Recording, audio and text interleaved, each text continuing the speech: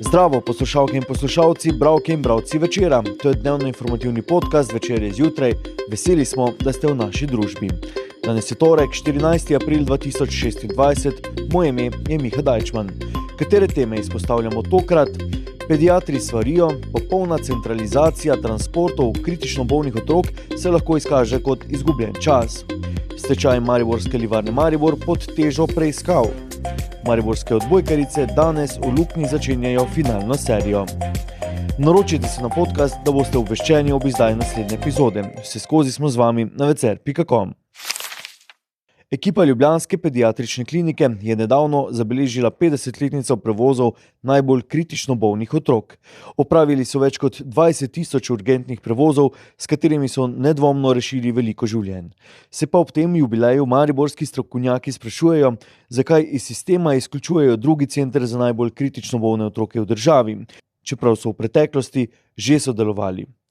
Odgovorov iz Ljubljane v mesecu dni Večerova novinarka Jana Juvan ni prejela. Citiram, nujno je, da imamo 2 centra za intenzivno pediatrijo in ni smiselno, da skušaš enega oslabiti. V Ljubljani so res dobri, temu ne oporekamo, ampak znanje je treba širiti, to je državnega pomena.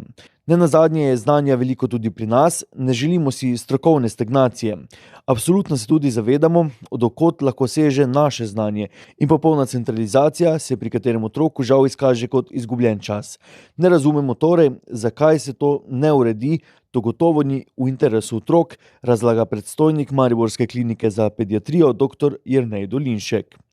Pravična razdelitev bi pomenila 10 transportov mesečno mi, 20 oni, pa meni vodja pediatrične intenzivne enote dr. Andreja Štelcer. Celoten članek Jane Juvan najdete na vcer.com.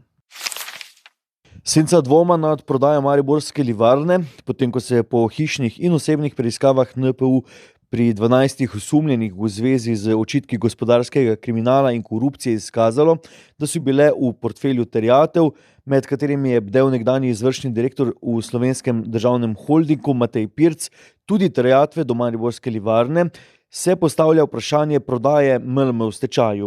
Stečajno upraviteljico Katarino Benedik je novinar Srečko Klapš glede na to, da predzakonski postopek še teče in da bodo v SDH revidirali vse prodajne postopke Mateja Pirca, povprašal, ali bi lahko bila prodaja MLM kakorkoli ogrožena in ali glede na utemeljene sume v preiskavi še sodelujejo z aukcijsko hišo Netbit. Ob tem je zanimivo še, da ločitveni upnik SDH Mariborskemu okrožnemu sodišču ni odgovoril na več pozivov upnikom za podajo mnenja o nameravani prodaji z znižanjem cene. Kaj odgovarja v SDH? Stečajna upraviteljica Katarina Benedik meni, da je prodaja Mariborske livarne zaključena in pravnomočno prodana kupcu. Klapšo je vprašal še, ali je bila izbira aukcijske hiše Netbit glede na ugotovitve preiskave NPU napaka. Sodelovanje z aukcijsko hišo Netbit je bilo omejeno zgolj na prodajni postopek poslovne celote. Slednjo torej ne sodelujemo več, pa odgovarja Katarina Benedik. Podrobnosti zgodbe preberite na vcer.com. Z današnjo tekmo med odbojkaricami OTP banke Branika Maribor in Calcite Kamnik, ki se bo v dvorani Lukna, dvorana Tabor je zasedena z evropskim prvenstvom v tekvandoju, začela ob 18. uri, se začenja finalna serija državnega prvenstva. Za naslov prvakin, ki ga branijo mariborske odbojkarice, so potrebne 3 zmage.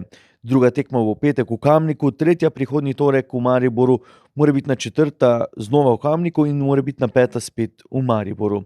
Mariborske odbojkarice so doslej osvojile kar 17 naslovov državnih prvakin in so z naskokom najuspešnejša slovenska ženska odbojkarska ekipa. Kamničanke so se doslej veselile 8 naslovov. Finalno serijo bomo spremljali na vcer.com. To je bil Večer zjutraj 14. aprila 2026. Z vami sem bil Miha Dajčman. Kakovostno novinarstvo lahko podprete tako, da se naročite na tiskani spletni Večer, postanete naš sledilec in bralec na družbenih omrežjih, naročnik naših podcastov in newsletterjev. Tako boste podprli novinarstvo, ki prinaša avtentične vsebine, ki jih pripravljajo naši novinarji in jih drugje ne boste našli. Želimo, da razumete, kako se vrti svet. Želimo vam odstreti vpogled v čas in prostor, v katerem živimo. Veseli bomo vaših komentarjev, pobud in kritik na različnih kanalih. Se beremo in slišimo.